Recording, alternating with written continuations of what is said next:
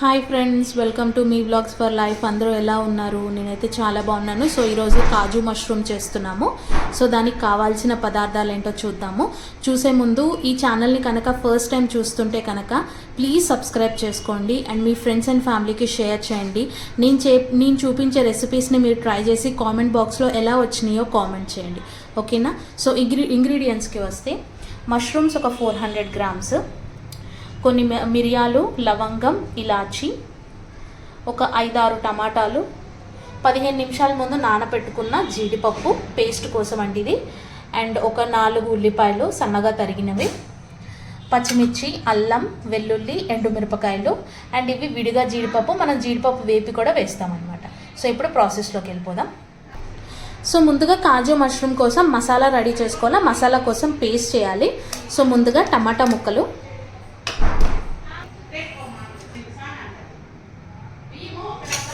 అలాగే మిరియాలు, లవంగం, ఇలాచి,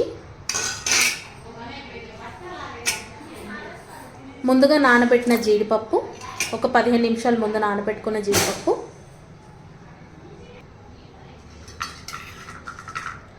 అల్లం ముక్క, ఎండుమిరపకాయలు, పచ్చిమిర్చి, అలాగే వెల్లుల్లి, అలాగే 2 స్పూన్స్ కర్డ్ కూడా వేసుకోవాలి. ఇవి వేసుకొని ఇప్పుడు ఇది మెత్తగా గ్రైండ్ చేసుకోవాలన్నమాట. ఇప్పుడు మనము ఏవైతే పేస్ట్ చేసుకోవాలో అది మొత్తం పేస్ట్ చేసుకున్నామండి. ఇప్పుడు ప్రాసెస్లోకి వెళ్ళిపోతాం, ఓకేనా? ముందుగా స్టవ్ వెలిగించుకొని గిన్నె పెట్టుకుందాం. గిన్నెలో ఆయిల్ వేసుకుందాం. ఆయిల్ హీట్ అయిన తర్వాత మనం ఏవైతే జీడిపప్పు ఫ్రై చేసుకోవడానికి పక్కకు పెట్టుకున్నామో వాటిని వేసుకోవాలి. కొంచెం కలర్ వచ్చే వరకు జీడిపప్పు వేపుకోవాలి. జీడిపప్పు కొంచెం గోల్డెన్ బ్రౌన్ వస్తున్నాయి కదా, ఇప్పుడు మనం కట్ చేసి పెట్టుకున్న మష్రూమ్స్ వేసుకోవాలి.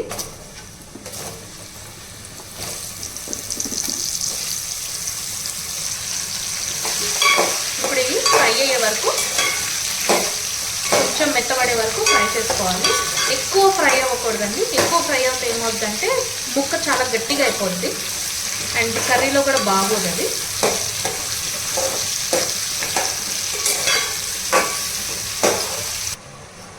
మష్రూమ్ సాఫ్ట్ అయిపోయినాయి. సో సాఫ్ట్ అయ్యే టైంలో ఏమవుతుందంటే మనకి దాంట్లోంచి వాటర్ బయటకు వస్తుంది. ఏం కాదు, ఈ వాటర్తో పాటు దీన్ని పక్కకు పెట్టుకోవాలి.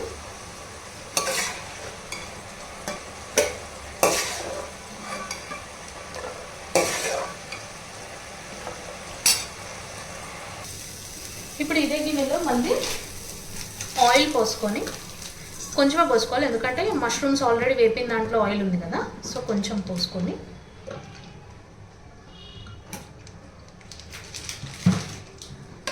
మనం సన్నగా తరిగి పెట్టుకున్న ఉల్లిపాయలు గోల్డెన్ బ్రౌన్ వచ్చే వరకు వేపాలి. ఈ కర్రీకి గోల్డెన్ బ్రౌన్ రాకపోతే టేస్ట్ రాదు.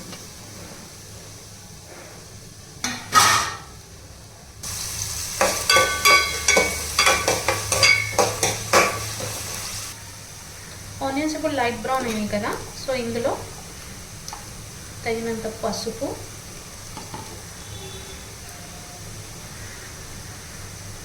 కారం, 1 స్పూన్ కారం వేసాను. అదే స్పూన్తో 1/2 స్పూన్ ధనియాల పొడి, అలాగే 1/2 స్పూన్ గరం మసాలా. మేము మసాలా తక్కువ తింటాం కాబట్టి నేను తక్కువ వేస్తున్నాను. మీరు ఎక్కువ తింటే ఎక్కువ వేసుకోవచ్చు. అండ్ అలాగే కర్రీ కలర్ రావడానికి కాశ్మీరీ చిల్లీ పౌడర్ 1 స్పూన్ వేసాను. కాశ్మీరీ చిల్లీ పౌడర్ లేకపోతే 2 స్పూన్స్ నార్మల్ మీ కర్రీ కారమే వేసుకోవచ్చు. ఇప్పుడు ఇది బాగా కలిపి ఆయిల్ పైకి తేలే వరకు, ఈ కారం పచ్చివాసన పోయే వరకు వేపుకోవాలి.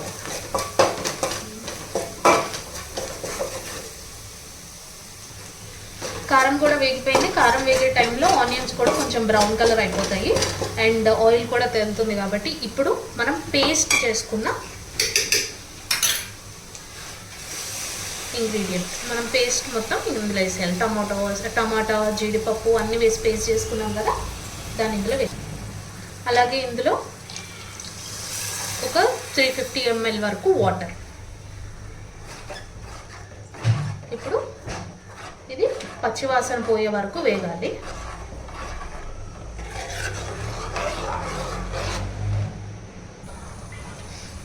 ఇప్పుడు ఇది బాయిల్ అవుతుంది కదా, సో ఇప్పుడు మనం సాల్ట్ ఇప్పటి వరకు వేయలే కాబట్టి తగినంత సాల్ట్, టేస్ట్కి తగ్గట్టుగా సాల్ట్ వేసుకోండి.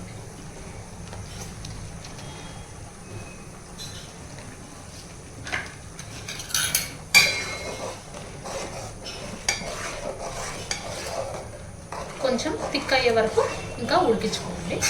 దీన్ని బాయిల్ అవ్వాలి.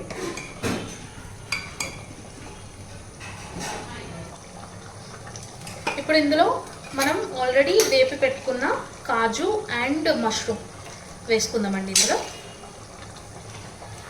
ఇప్పుడు ఇది మీడియం ఫ్లేమ్లో మెల్లగా ఉడకనివ్వాలి అండ్ ఆయిల్ పైకి తేలే వరకు ఇది బాగా మగ్గాలండి. సో దట్ ఏమవుతుందంటే మష్రూమ్కి ఆ ఫ్లేవర్స్ అన్నీ పట్టుకుంటాయి అన్నమాట. సో ఇప్పుడు మష్రూమ్ వేసుకున్న టైంలో మీరు సాల్ట్ చెక్ చేసుకోండి. సాల్ట్ కనుక తగ్గితే మళ్ళీ వేసుకోండి. నేను కొంచెం సాల్ట్ వేసుకున్నానండి. ఇప్పుడు ఇది మీడియం ఫ్లేమ్లో నిదానంగా ఉడకాలి. ఉడికిన తర్వాత మనకి ఆయిల్ పైకి తేలుతుంది కదా, అప్పుడు మనం కొత్తిమీర వేసుకొని దింపేసుకోవచ్చు. ఓకేనా?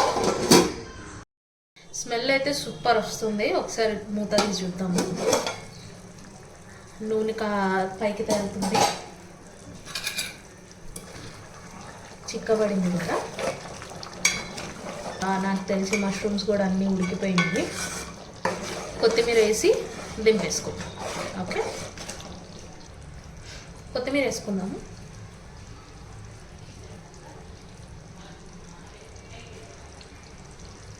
కబాబ్ వేసుకొని నిమ్మకాయ పులుపు కావాలనుకున్న వాళ్ళు నిమ్మకాయ పిండుకొచ్చాకండి. నిమ్మకాయ పిండుకుంటేనే బాగుంటుంది. సో నేను ఇప్పుడు కొంచెం నిమ్మకాయ పిండుతున్నాను.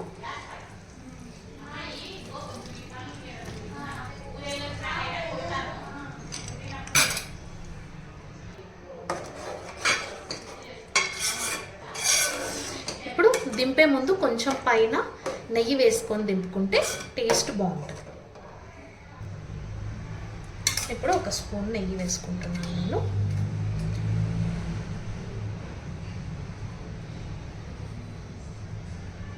అంతే, కాజు మష్రూమ్ రెడీ. మీరు కూడా ఈ రెసిపీని ట్రై చేసి ఎలా వచ్చిందో కామెంట్ బాక్స్లో కామెంట్ చేయండి. ఆల్సో ఈ ఛానల్కి ఫస్ట్ టైం అయితే కనుక ప్లీజ్ సబ్స్క్రైబ్ చేసుకోండి. మీ ఫ్యామిలీ మెంబర్స్ కూడా షేర్ చేయండి. ఓకేనా? నెక్స్ట్ రెసిపీలో కలుద్దాం. బాయ్.